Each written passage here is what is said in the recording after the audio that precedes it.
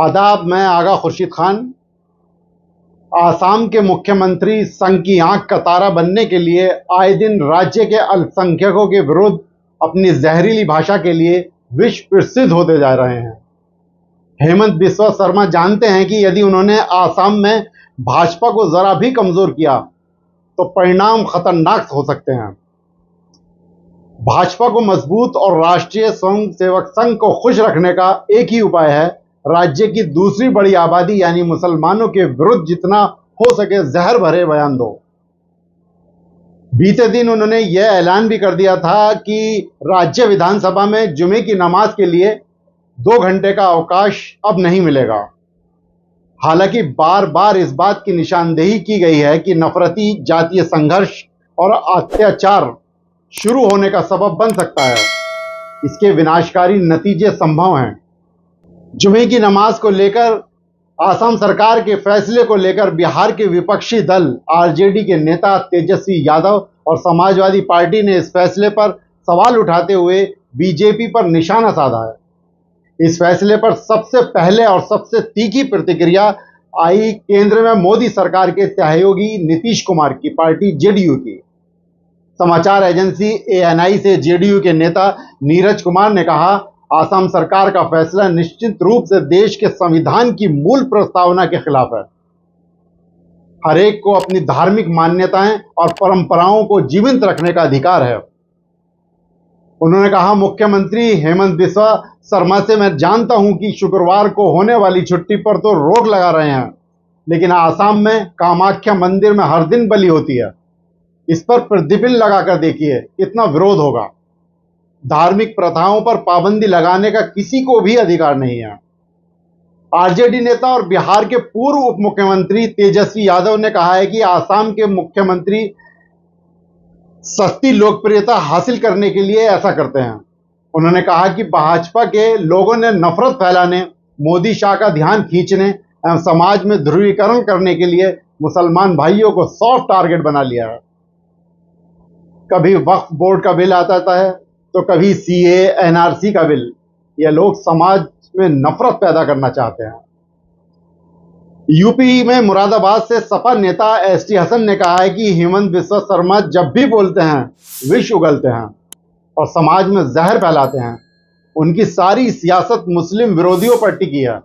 उन्होंने कहा, कुछ मुख्यमंत्रियों में होड़ लगी हुई है कि कौन मुसलमानों को कितना टॉर्चर करता है और केंद्र के नेताओं के करीब हो जाएं। हेमंत खुद घोटाले में फंसे थे जब कांग्रेस में थे, उससे बचने के लिए वो ये सब करते हैं। भारत की राजनीति इससे भली भांति वाकिफ है, लेकिन ये उनमें से सबसे स्वार्थी और ध्रुवीकरण का एजेंडा आगे बढ़ाने के लिए नफरती भाषण का इस्तेमाल करने से नहीं रोक पाता। इसका एक उदाहरण है आसाम के मुख्यमंत्री हेमंत बिस्वा शर्मा। भाजपा के ये नेता राज्य के अल्पसंख्यक समुदायों को निशाना बनाने वाली सांप्रदायिक रूप से संवेदनशील टिप्पणियां करने में लगे हुए हैं। मंगलवार को खुल्लम खुल्ला शर्मा विधानसभा में विपक्षी दलों द्वारा नागांव में 14 वर्षीय लड़की के साथ बलात्कार की पृष्ठभूमि में राज्य में कानून और व्यवस्था की स्थिति पर चर्चा करने के लिए लाए गए स्थगन प्रस्ताव पर बोल रहे थे। प्रस्ताव का जवाब देते हुए उन्होंने कहा कि अगर जनसंख्या वृद्धि को ध्यान में रखा जाता तो अपराध दर में वृद्धि नहीं होती। जब विपक्ष ने उन पर पक्षपात करने का आरोप लगाया तो हेमंत बिस्वा शर्मा ने पलटवार करते हुए कहा, मैं किसी एक का पक्ष लूंगा, आप इस पर क्या कर सकते हैं। उन्होंने जोर देकर कहा, लोअर आसाम के लोग अपर आसाम क्यों जाएंगे ताकि मियां मुसलमान आसाम पर कब्जा कर सकें। हम ऐसा नहीं होने देंगे। उन्होंने विधानसभा में कहा कि कांग्रेस को जितना चिल्लाना और चीखना है वो कर ले, लेकिन मैं आसाम को मियां भूमि नहीं बनने दूंगा। शर्मा के इस बयान के बाद राजनीति गर्म हो गई है। आसाम के मुख्यमंत्री के इस बयान के बाद कई विपक्षी दलों ने पुलिस में शिकायत दर्ज कराई है, जिसमें इन पर धर्म और जाति के आधार पर विभिन्न समूहों के बीच दुश्मनी को बढ़ावा देने का प्रयास करने का आरोप लगाया गया है। इसमें नेताओं ने शर्मा पर राज्य में अशांति पैदा करने के लिए आपराधिक साजिश का आरोप लगाया है और कहा है कि जब तक उन्हें गिरफ्तार या रोका नहीं जाता राज्य में दंगा जैसी स्थिति हो सकती है। उन्होंने अनुरोध किया है कि उनके खिलाफ आपराधिक साजिश और भारतीय न्याय संहिता के विभिन्न समूहों के बीच दुश्मनी को बढ़ावा देने के लिए एफआईआर दर्ज की जाए। इससे पहले 15 अगस्त को भी सीएम ने मुस्लिम समुदाय को लेकर सख्त बयान देकर विवाद खड़ा कर दिया था। तब उन्होंने कहा था कि आसाम राज्य का भविष्य सुरक्षित नहीं है, क्योंकि इस राज्य में हिंदू और मुसलमानों के बीच जनसंख्या संतुलन तेजी से समाप्त हो रहा है।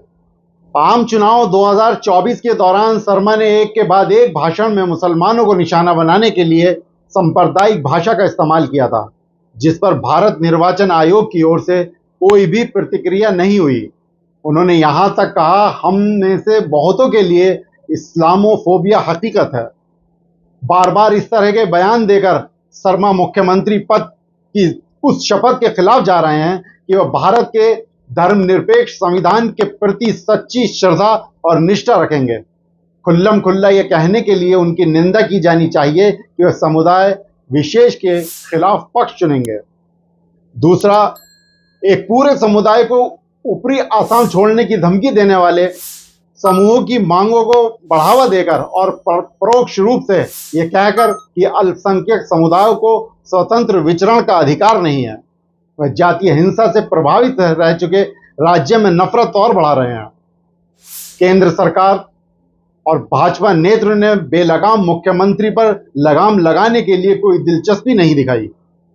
उन पार्टी नेताओं के विपरीत जिन्हें विभिन्न तबकों जैसे किसानों को निशाना बनाने वाले कथनों के लिए झाड़ लगाई गई है। शर्मा ने मुसलमानों के खिलाफ नफरती भाषण जारी रखा है, लेकिन अगर सरकार असमिया लोगों की स्थिति सुधारने के लिए वाकई गंभीर है तो उसे नफरती भाषण रोकना होगा, क्योंकि सांप्रदायिक तनावग्रस्त माहौल समग्र विकास के खिलाफ काम करता है। दोस्तों, हेमंत बिस्वा शर्मा के बारे में आपकी क्या राय है? हमें कमेंट्स बॉक्स में जरूर बताएं। शुक्रिया।